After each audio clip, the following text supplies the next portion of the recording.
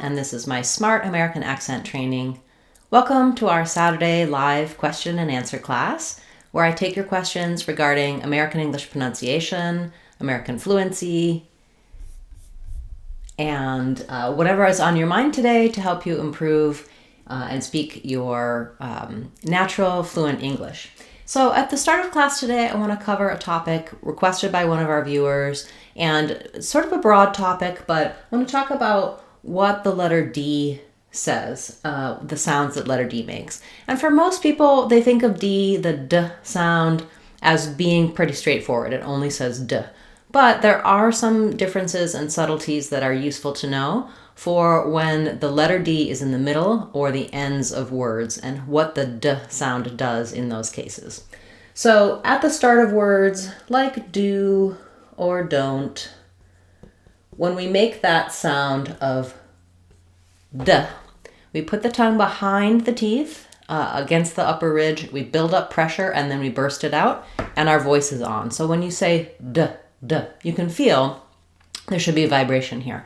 Unlike the t letter T sounds at the start of words that are made the same place in the mouth but have a burst of air. So the only thing to watch out for D at the start of words is that sometimes some speakers may feel like pushing the D against their teeth, D, D, instead of D, D, and it'll sound slightly different. That's pretty minor, but I do recommend trying to have the tongue behind the teeth rather than against the teeth to help you with D versus TH and some other sound differences. More importantly, when D is in the middle of words or at the ends of words, it'll do different things. So when D is in the middle, like in bedding, or when it links to a vowel sound, like in had it, it does what's called a flap sound. Now, you often hear me talk about flap T, like in the word bedding. These two words, bedding, that I put on my bed, and bedding, I'm betting that you knew this already, have the same sound in the middle. So the D and T, when they're between two vowels, will be a light flap. And what that means is my voice is still on, like it is for do and don't, but I'm not building up a lot of air pressure. I'm not just saying bedding. It's not the same as in the word ding, where the air bursts out. My tongue just taps up there and drops back down. So it's a very light D, bedding, bedding. Same sound here for the flap T. The sound is called a flap. I often use it as flap T because for T sounds, that's very distinctive American English. For D sounds, it's pretty natural to do the flap in the middle, bedding, because if I were to build up a lot of pressure, bedding, bedding, it would really stop my flow. Same thing if I tried to say had it with a strong D, it's not going to sound natural, but had it is just like bedding. When I have that vowel sound following the D at the end, it's the same flap in the middle. So I had it, the bedding. This is something that when you've been working on flap T's, it's natural for D's. Often I say use a light D or a flap when we're talking about the T sound. When the D at the end is followed by a consonant sound, like had dinner or need to, we do something slightly different. So I can say I had dinner with two distinct D sounds, but typically we link these Ds, I had dinner, and I'm just going to stop the air to mark that I'm making that first D, and then I'm going to release it into the second D. So it sounds like had dinner, had dinner. You can hear it's different than if I just said had dinner. If I didn't do any D there, had dinner versus had dinner. My tongue goes up in the place that I make the D, but it just doesn't release until I make this D of dinner, had dinner. It's not a flap. It's not had dinner, had dinner. You can hear how that doesn't work. This syllable is stressed, so I need a true D there. But I'm having a stop D first and then a true D. Same thing here. Need to.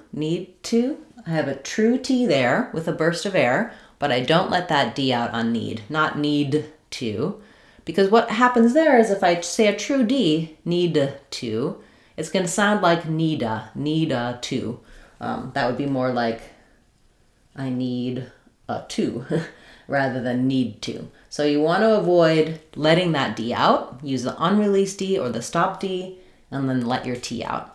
That's particular for T and D, but same thing happens if I said need some, need dinner, need the, I'm going to use that unreleased D. You can learn more about unreleased D, stop sounds, all of the different stop sounds and how we don't let them out in my videos for that. Also, all of these types of details for these sounds and all of the sounds of English are in our Sounds of English course on speechmodification.com. That's a great way to understand the sounds, the symbols, what happens in different contexts, and to get a really strong foundation to pronounce any words, phrases that you like in American English with confidence. You can check that on our website, speechmodification.com. It's our Sounds of English course. Okay, so D in the middle, when followed by a vowel, or at the end when followed by a vowel, is a flap. When followed by a consonant, at the end, then it's going to be a stop D or an unreleased D. And then when the D is in the middle between consonants, particularly ND plus a consonant, we tend to just drop that out entirely. So I can say handsome, with a little bit of an unreleased D. I can't say handsome. You can hear how that adds an extra sound, handsome. That's not right. Handsome, I'm either marking that D and stopping the air, or sometimes we just remove it altogether and it just sounds like handsome. He's very handsome. She gave them a handsome son. Same thing when it's a ND at the end and the next word starts with a consonant. You can either stop it, brand name, or brand name. It's the brand name. So this is true for NT and ND. If it's between other consonants, then it's going to follow this rule, like had dinner and need to. But when there's an ND, we just have this typical pattern in American English where we sometimes continue that N. Same thing with internet, interview, either say the T, true T there, or becomes interview, internet. With handsome, you either drop the D entirely or you use an unreleased D. Handsome. Brand name. Okay, so kind of complicated, more than you might think for a simple sound, simple letter like D, but it's useful to know because these details, if I have extra sounds, if I'm not following these linking patterns, it can cause it to be difficult for people to understand what you're saying. And it also may mean that you have difficulty understanding when you're listening to English, especially because we have so many Ds for the past tense. So we add a T or a D sound at the ends of words when we're making words past tense. And so it can sound like a grammatical mistake when really you just have a pronunciation or accent pattern difference. And so definitely check out my videos for past tense verbs. I've covered that in our live classes, and it's also part of our courses on speechmodification.com and here on the channel. Welcome everyone. It's nice to see so many of you. Please feel free to put your questions and comments in the chat. If you're watching this later on, you can leave a comment in the comments and I'll get back to you with resources and answers to your questions. We have one of our channel members here today. Welcome. It's nice to see you again.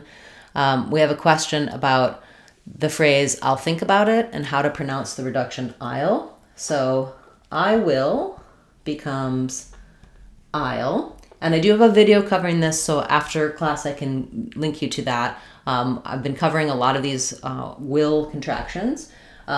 If I'm saying this fully, it sounds the same as the word I'll. I'll see you in the grocery store aisle. But most of the time, the I'll won't be stressed.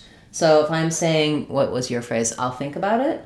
I'll think about it. I can, if I'm trying to really highlight that it's me who's going to think about it, I might say, I'll think about it. I'll use the true I sound. So that looks like the I diphthong.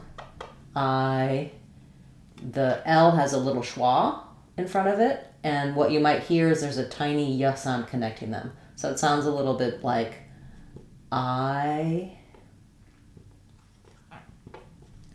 you'll.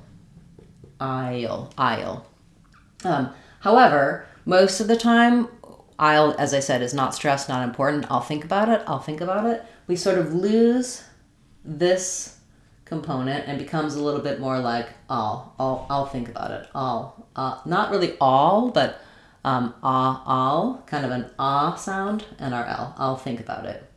So basically the reduced version of I'll, we lose the diphthong, and then we kind of lose the I'll, the vowel to vowel linking in there. It becomes more I'll think about it. That's what I'll do. I'll. So AL is a little bit confusing because we have al like pal. We have ALL like all. This is the a vowel. This is the a vowel.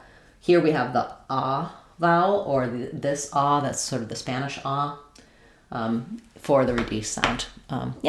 Maybe a bit of a complicated answer, but I wanted to give you the accurate information on what happens there. And again, recently I've been covering those reductions, and in my podcast, I have some shadowing practice materials that you can practice for I'll, you'll, he'll, she'll, the full and the reduced versions. It's a great way to be able to incorporate that and get it to be more natural. Using contractions is one of the things that really will help native speakers understand you more, and make you match. So, because if I say something like, I will do it, that's stressing too much on will, I'll do it is a more natural way that you would hear an American or British speaker say it. Okay, great. We have a question about the word jeopardize. So this is definitely one that the beginning letters don't really match the sound so much. We have a silent O in this word. The letter J does say the J sound, and it's stressed on the first syllable. Letter E does say like red, je, jepper. We don't have the AR says just the sound here, not an R. And then we have the I diphthong there with a Z sound at the end. So I would rewrite that like jeopardize or jeopardize. Same thing. You're connecting between the P and the jeopardize.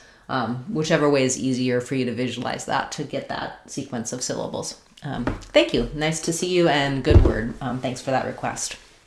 Okay. We have a question about the word siphon. Not as commonly used, but again, a little bit confusing.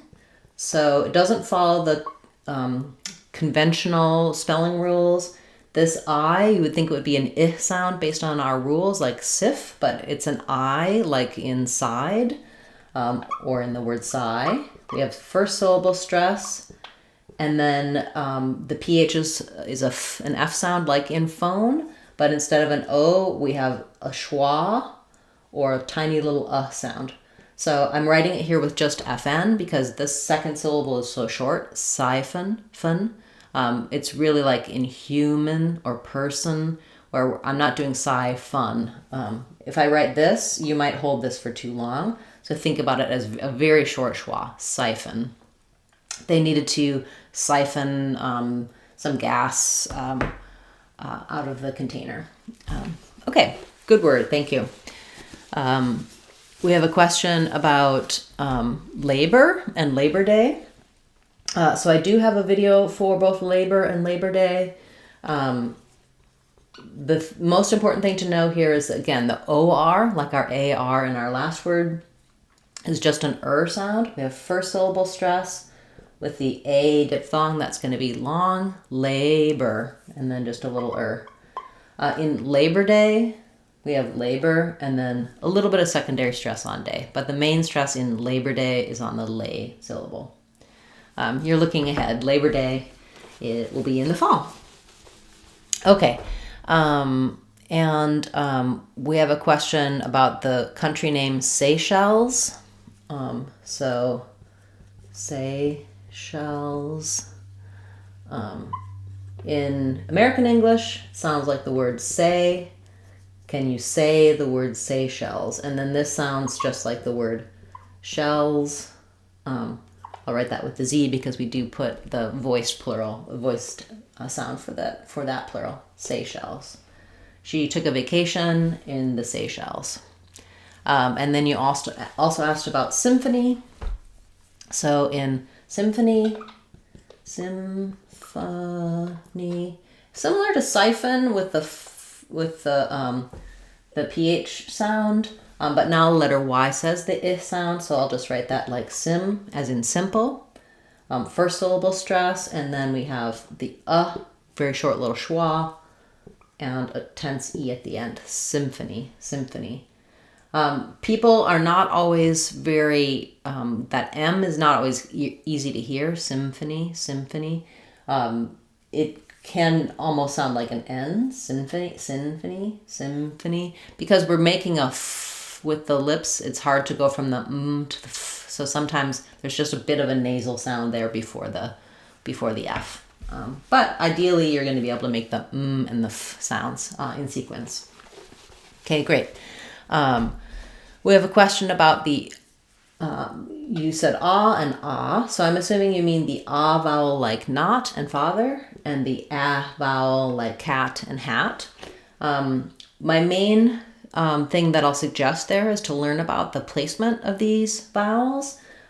So when we look at the vowel quadrangle, if we're talking about the ah vowel being a front vowel, like the ah, the eh, and the I, for these vowels, the back of the tongue is lifted. So when I say, for example, bit, bet, bat, I do open the mouth more as I open to the ah sound, but when I'm saying ah, the front of my tongue is down behind the back of my teeth, the back of my tongue is lifted. This is not something you can necessarily consciously control, but if you do words like bit, bet, bat, min, men, man, you kind of go there from the higher vowels, you may find that you can feel the lifting of the back tongue, and that you're not letting the whole tongue go down.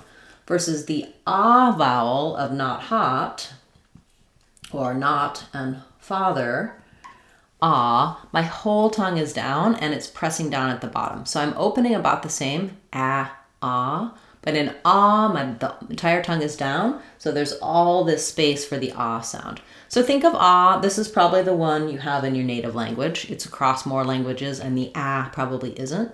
Think of ah, the doctor is looking at the back of your throat, your tongue's down and out of the way, ah, versus ah, you can feel that there's less space in the mouth because the back of the tongue is high and blocking some of the air. So you could look in a mirror and try that.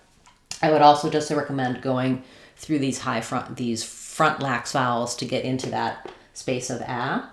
And then just learn a lot of words like had that, black cat, really kind of feeling that ah vowel is almost a little bit nasal because the back of the tongue is high, so there's more nasality to it and a little bit of mouth resonance for the front opening for the ah.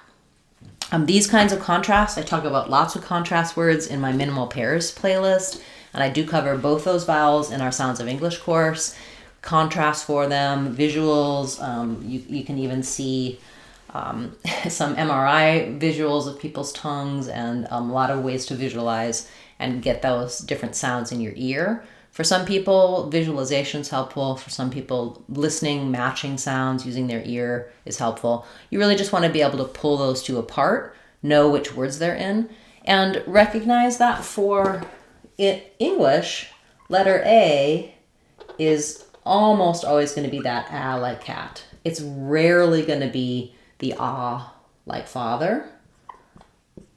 The ah like father is usually spelled with letter O. So words like job, not, problem, those all have the ah sound. The very few words in American English that spell ah with A are like father, pasta. Even in British English, pasta, they'll say pasta instead of pasta.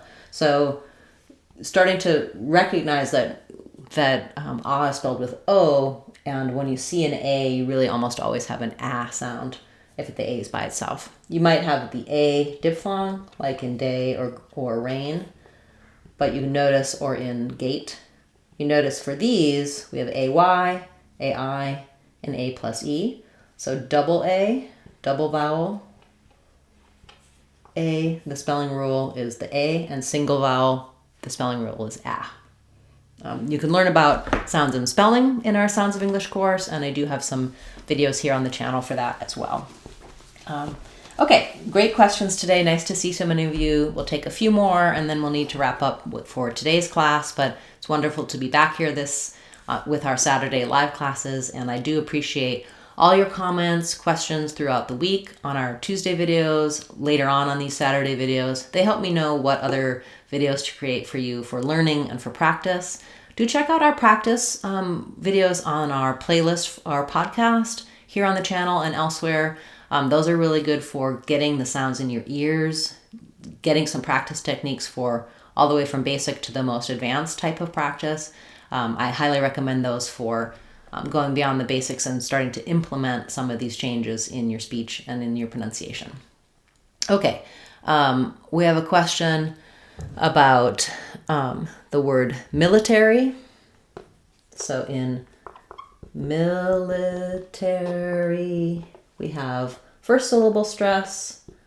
We have the I vowel, a stressed one and an unstressed one. Military. We have some secondary stress before this T, so we're going to say a true T, not military or military with a unreleased T. The AR here does say the air diphthong, so think about it like military.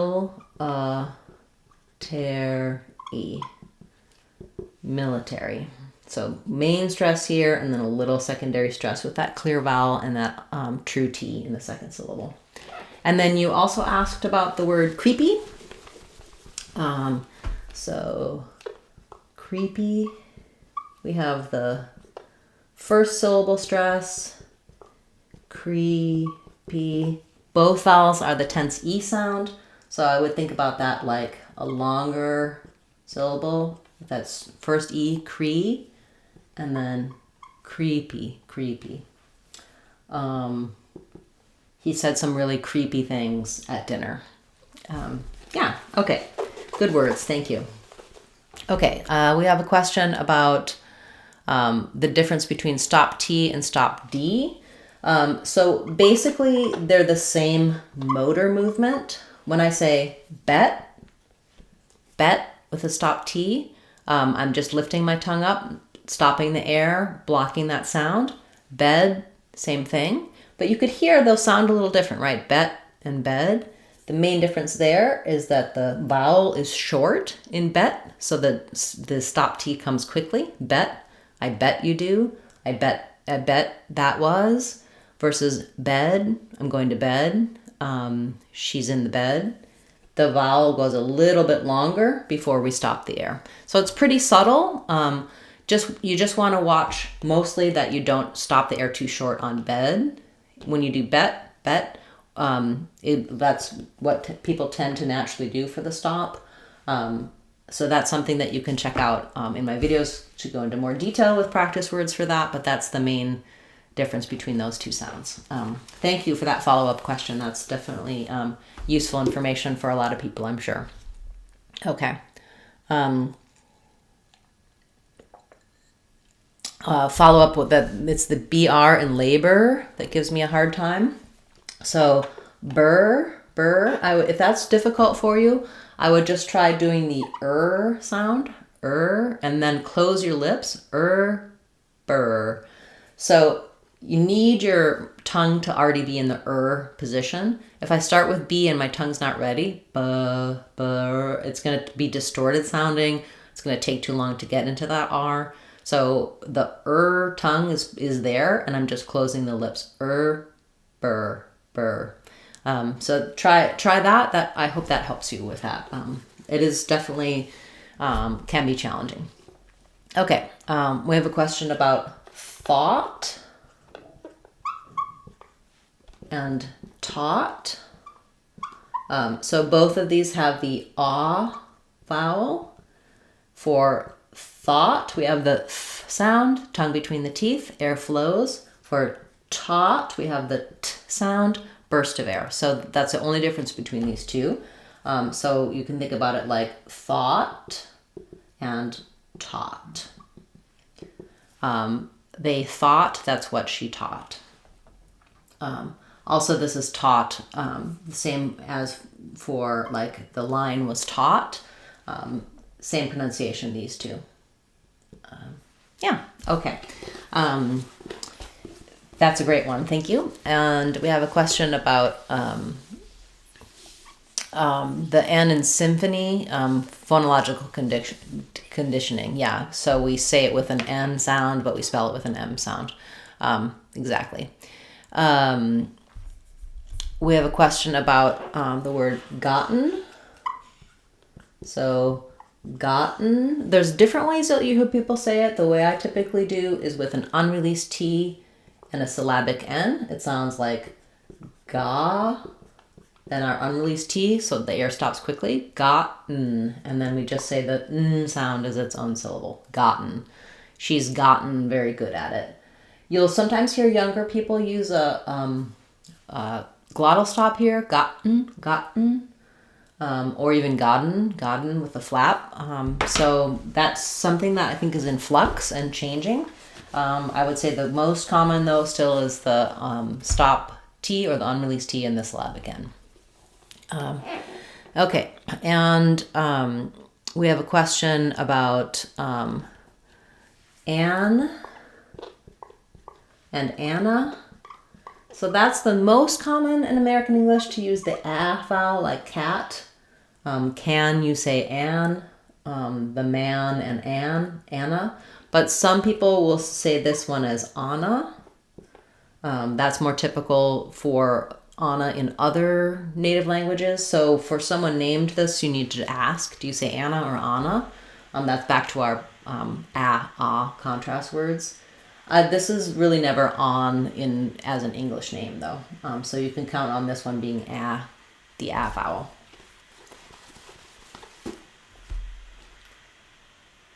Okay, and we have a question about Kazakhstan, and I lost your, maybe you took your message out. Oh no, Azerbaijan and Kazakhstan. So for Kazakhstan, this one I have to say I'm not 100% certain. I would normally, if I were going to make this into a longer video, I would research, see how it's said in the country.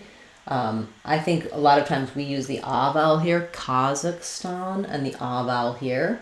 In the country, it's probably an A vowel, an A, which is between our A and A sounds. You probably hear some native English speakers say Kazakhstan. I'm not spelling this right. Kazakhstan.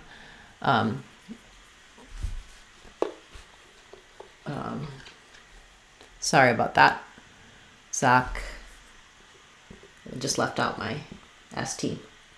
Yeah, you'll hear a variety of things for English speakers. There is a tendency to try to pronounce world names, country names, place names, more like the original language pronounces them, but there'll be sort of traditional old ways. For those, I would say you'll hear Azerbaijan. You'll hear differences for native English speakers for the A and A sounds, and I can do more research and let you know what they sound like in the native languages, but it's probably more closer to the A vowel. Okay, we have a question about when we have RTHS, like in earths or births. So when this is a noun, you will have births. It's the same as this kind of births, like beds, the noun. And this will be the S sound, so I'll write that with two S's. Births, the verb, is going to have it with the Z sound. Births, and a voiced TH sound. This is voiceless. Births, no vibration here. Earths, Earth's atmosphere, or many earths, so apostrophe or plural. You're going to have the voiceless TH sound. Okay, we have a question about how to pronounce activist investor. So activist investor. The main stress in this phrase will be on the vest syllable. We also have secondary stress on the act of activist. That is like the A vowel, like in black cat. So I would write it as activist investor. So OR says the ER sound at the end of that one. Okay, a question about antenna or antennae, plural. So antenna, we have the sound, schwa at the end. For antennae, the AE at the end says A. So it sounds like antennae. Antennae. Yeah.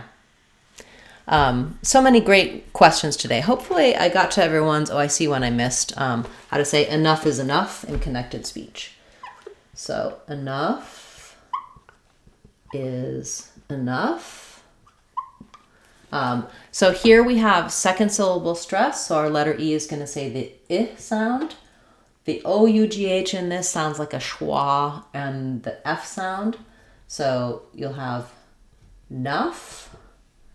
So the Z is going to connect to this I sound. That'll sound like it's grouped together. Enough is enough. The main stress is going to be on this final syllable. So a little bit of stress and length here, but this enough is longer than this one. Enough is enough. Yeah, okay, good. We have a question about the word autumn.